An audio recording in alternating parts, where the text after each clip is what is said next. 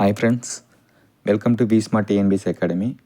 இன்றைக்கி நாம் டிசம்பர் 9, 10 மற்றும் 11க்கான கரண்ட் அஃபேர்ஸ் பார்க்க போகிறோம். ஃபஸ்ட்டு தமிழ்நாடு செய்திக்குள்ளே போயிடலாம். ஃபஸ்ட்டு கரண்ட் அஃபேர்ஸ், கடலுக்குள் காற்றாலை மின் உற்பத்தி. டென்மார்க் எரிசக்தித்துறை மற்றும் தமிழ்நாடு மின் வாரியம் ஒப்பந்தம் செஞ்சுருக்காங்க. எங்கே அப்படின்னா தமிழ்நாடு சுற்றியுள்ள வங்கக்கடலோர பகுதிகளில் தேர்வு செஞ்சுருக்காங்க. கடலுக்குள்ளே வந்து காற்றாலை ரெடி பண்ணுறதுக்கான பரப்புகளை உருவாக்கி அதில் காற்றாலை மின் உற்பத்தி செய்கிறதா முடிவு பண்ணியிருக்காங்க. காற்றாலை மின் உற்பத்தியில் ஆல்ரெடி இந்தியா வந்து 4வது இடத்துல இருக்குது. அது மட்டும் இல்லை, நாட்டின் மொத்த காற்றாலை மின் உற்பத்தியில் 50% பங்கு தென் மாநிலங்களிலிருந்து தான் கிடைக்குது. அடுத்து இந்தியா செய்திக்குள்ளே போயிடலாம். ஃபிஃபா முதல் அமைதி பரிசு. இதை பெற்றவர் யாருன்னா டொனால்ட் ட்ரம்ப், அமெரிக்க அதிபர். சமீபத்தில் ஏற்பட்ட போர்களை அமைதிக்கு கொண்டு வர அவர் முயற்சி செஞ்சதுனால நமக்கு இந்த முதல் அமைதி பரிசு வந்து ஃபிஃபா வந்து அவங்களுக்கு கொடுக்குறாங்க.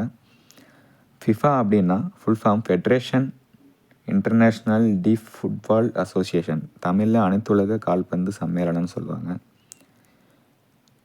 அடுத்து பிஎம் மித்ரா ஜவுளி பூங்கா. இந்த பிஎம் மித்ரா ஜவுளி பூங்கா வந்து திட்டம் வந்து 2023 தொடங்கிட்டாங்க. எந்த இடத்துலன்னா விருதுநகர், தமிழ்நாட்டில் மொத்தம் 7 இடம் தேர்வு செஞ்சுருக்காங்க இந்த பிஎம் மித்ரா ஜவுளி பூங்கா அமைக்கிறதுக்கு. அதில் தமிழ்நாட்டில் வந்து பார்த்தோம்னா விருதுநகர் மாவட்டத்தில் அமைய உள்ளது. மற்ற 6 இடங்கள் எங்கெங்கே அப்படின்னு பார்த்தோம்னா உத்தரப்பிரதேச மாநிலத்தில் லக்னோலையும், மத்திய பிரதேச மாநிலத்தில் தார் அப்படிங்கிற இடத்துலையும். இந்த மத்திய பிரதேச மாநிலம் தார் அப்படிங்கிற இடத்துல தான் ஃபஸ்ட்டு பிஎம் மித்ரா ஜவுளி பூங்கா நிறுவப்பட்டுள்ளது. நம்ம கொஸ்டின் இப்படின்னு கேட்கலாம், முதலில் பிஎம் மித்ரா ஜவுளி பூங்கா எங்கே நிறுவப்பட்டது அப்படின்னு கேட்டோம்னா மத்திய பிரதேச மாநிலம் தார் அப்படிங்கிற இடத்துல. தமிழ்நாட்டில் பிஎம் மித்ரா ஜவுளி பூங்கா எங்கே நிறுவப்பட்டுள்ளதுன்னு கேட்டோம்னா விருதுநகர் மாவட்டம். 3வதாக நவ்சரி குஜராத்தில், 4 கர்நாடகாவில் கலபுரகி, 5வது மாநிலம் பார்த்தோம்னா தெலுங்கானா வாரங்கல்ல, 6வது அமராவதி ஆந்திர பிரதேசம். இதுக்காக மொத்தம் வந்து 4445 கோடி வந்து ஒதுக்கியிருக்காங்க. மொத்தம் 7 இடங்களில் பிஎம் மித்ரா ஜவுளி பூங்கா அமைய இருக்கிறது.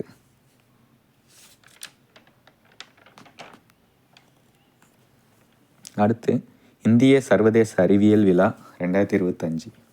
இது வந்து பார்த்தோம்னா 11வது சர்வதேச அறிவியல் விழா. இடம் எங்கே நடைபெற்றது அப்படின்னு பார்த்தோம்னா பஞ்ச்குலா அப்படிங்கிற இடத்துல, ஹரியானா மாநிலம். என்னோட முக்கியமான கருப்பொருள் விஞ்ஞான் சே சம்ருதி ஆத்ம நிர்பர் பாரத் அப்படிங்கிறது தான். நமக்கு கொஸ்டின் மேக்ஸிமம் இந்திய சர்வதேச அறிவியல் விழா சமீபத்தில் நடைபெற்ற இடம் எங்கே அப்படின்ற மாதிரி கேட்பாங்க. பஞ்ச்குலா, ஹரியானா மாநிலம். அடுத்து யூபிஐ பண பரிமாற்றம். யூபிஐ ஃபுல் ஃபார்ம் பார்த்தோம்னா யூனிஃபைல்டு பேமெண்ட்ஸ் இன்டர்ஃபேஸ் அப்படிங்கிறது தான். இதுதான் வந்து உலகின் மிகப்பெரிய சில்லறை விரைவு பண பரிமாற்ற முறையாக இப்போ சமீபத்தில் திகழ்ந்துகிட்டு இருக்கு.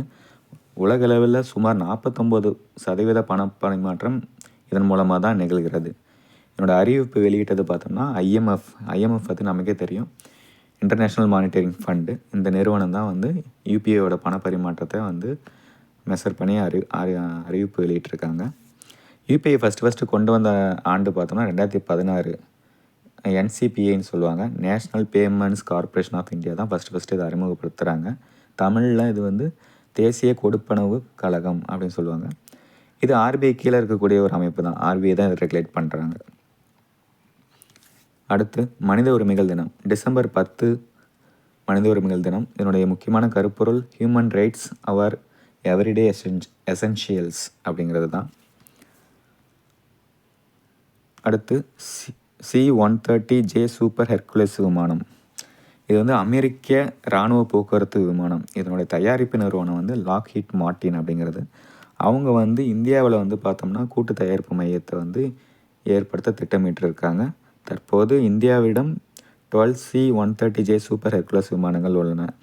இந்த கூட்டு தயாரிப்பு மையம் இந்தியாவில் அமையும் போது இந்தியா வந்து ஈஸியாக வந்து இந்த இராணுவ போக்குவரத்து விமானத்தை பை பண்ணுறதுக்கான சான்சஸும் அதுக்கான சப்போர்ட்டு பண்ணுறதுக்கான சான்சஸ் அமெரிக்காவுக்கும் இருக்கும். அடுத்து சர்வதேச ஊழல் எதிர்ப்பு தினம் டிசம்பர் 9. இதனுடைய முக்கியமான கருப்பொருள் பார்த்தோம்னா ஊழலுக்கு எதிரான இளைஞர்களுடன் ஒன்றிணைதல், நாளைய ஒருமைப்பாட்டை வடிவமைத்தல் அப்படிங்கிறது தான். அடுத்து பாரதியாரின் 144வது பிறந்த நாள். 11/12/1882 பாரதியார் பிறந்திருப்பார். பாரதியார்னு சொன்னோடனே நம்ம எல்லாருக்குமே குறைஞ்சது ஒரு 10லேருந்து 15 பாயிண்ட் ஞாபகம் வந்துடும்.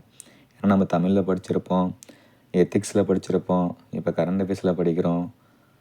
ஸோ நமக்கு வந்து கண்டிப்பாக வந்து ஒரு 10-12 பாயிண்ட் ஞாபகம் வரும். நான் கரண்ட் அஃபேர்ஸ்க்கு டாப்பிக்காக சும்மா ஒரு 4-5 பாயிண்ட் மட்டும் இங்கே எழுதியிருக்கேன். ஸோ பார்த்துடலாம்.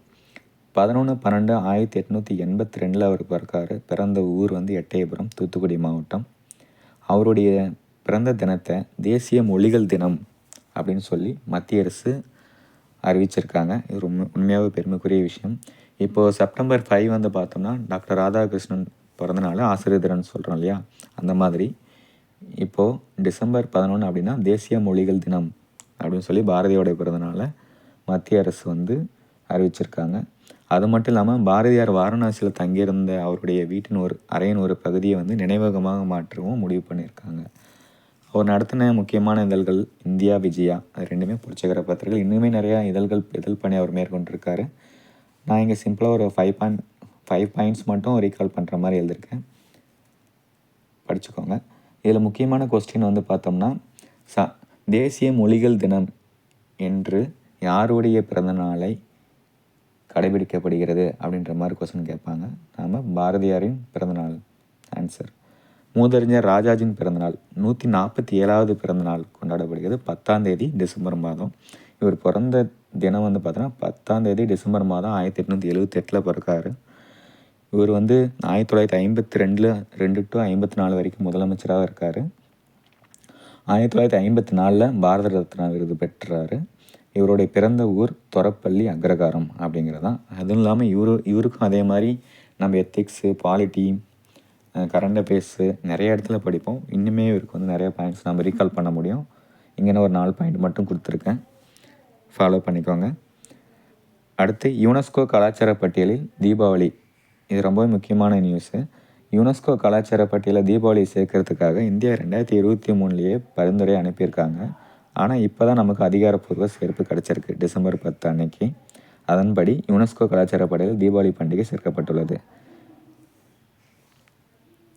அடுத்து மத்திய அரசு மைக்ரோசாஃப்ட் நிறுவன ஒப்பந்தம். இப்போ சமீபத்தில் பார்த்தோம்னா மத்திய தொழில்துறை அமைச்சர் மன்சுக் மாண்டவியா அப்புறம் CEO ஆஃப் மைக்ரோசாஃப்ட் சத்யா நாதலா 2 பேரும் ஒப்பந்தம் பண்ணியிருக்காங்க.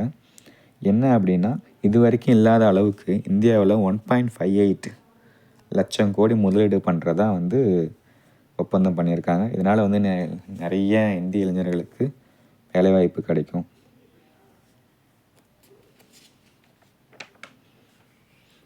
அடுத்து விளையாட்டு கரண்ட் அஃபேர்ஸ்குள்ளே போகலாம். ஜூனியர் ஆடவர் ஹாக்கி உலகக்கோப்பையில் இந்தியா வந்து வெண்கலம் பெற்றிருக்காங்க. எங்கே நடைபெற்றுச்சுன்னு பார்த்தா இறுதிப் போட்டியை சென்னையில் தான் நடந்திருக்கு. இதனுடைய சாம்பியன் பட்டம் வென்றவங்க யாருன்னா ஜெர்மனி நாடு. ஜெர்மனி வந்து 8வது முறையாக ஜூனியர் ஆடவர் ஹாக்கி உலகக்கோப்பையை வந்து கைப்பற்றியிருக்காங்க. இத்துடன் 9, 10, 11க்கான கரண்ட் அஃபேர்ஸ் வந்து முடிஞ்சிருச்சு. இது உங்களுக்கு பிடிச்சிருந்தா தொடர்ந்து ஃபாலோ பண்ணுங்கள், படிங்க, ஷேர் பண்ணுங்கள் உங்கள் ஃப்ரெண்ட்ஸுக்கு. உங்களுடைய சப்போர்ட் ரொம்ப முக்கியம் எங்களுக்கு. ஏன்னா நீங்கள் சப்போர்ட் கொடுக்க தான் எனக்கு போடுறதுக்கான மோட்டிவேஷன் கிடைக்கும். ஸோ மறுபடியும் அடுத்த வீடியோவில் சந்திக்கிற வரைக்கும் தேங்க்யூ.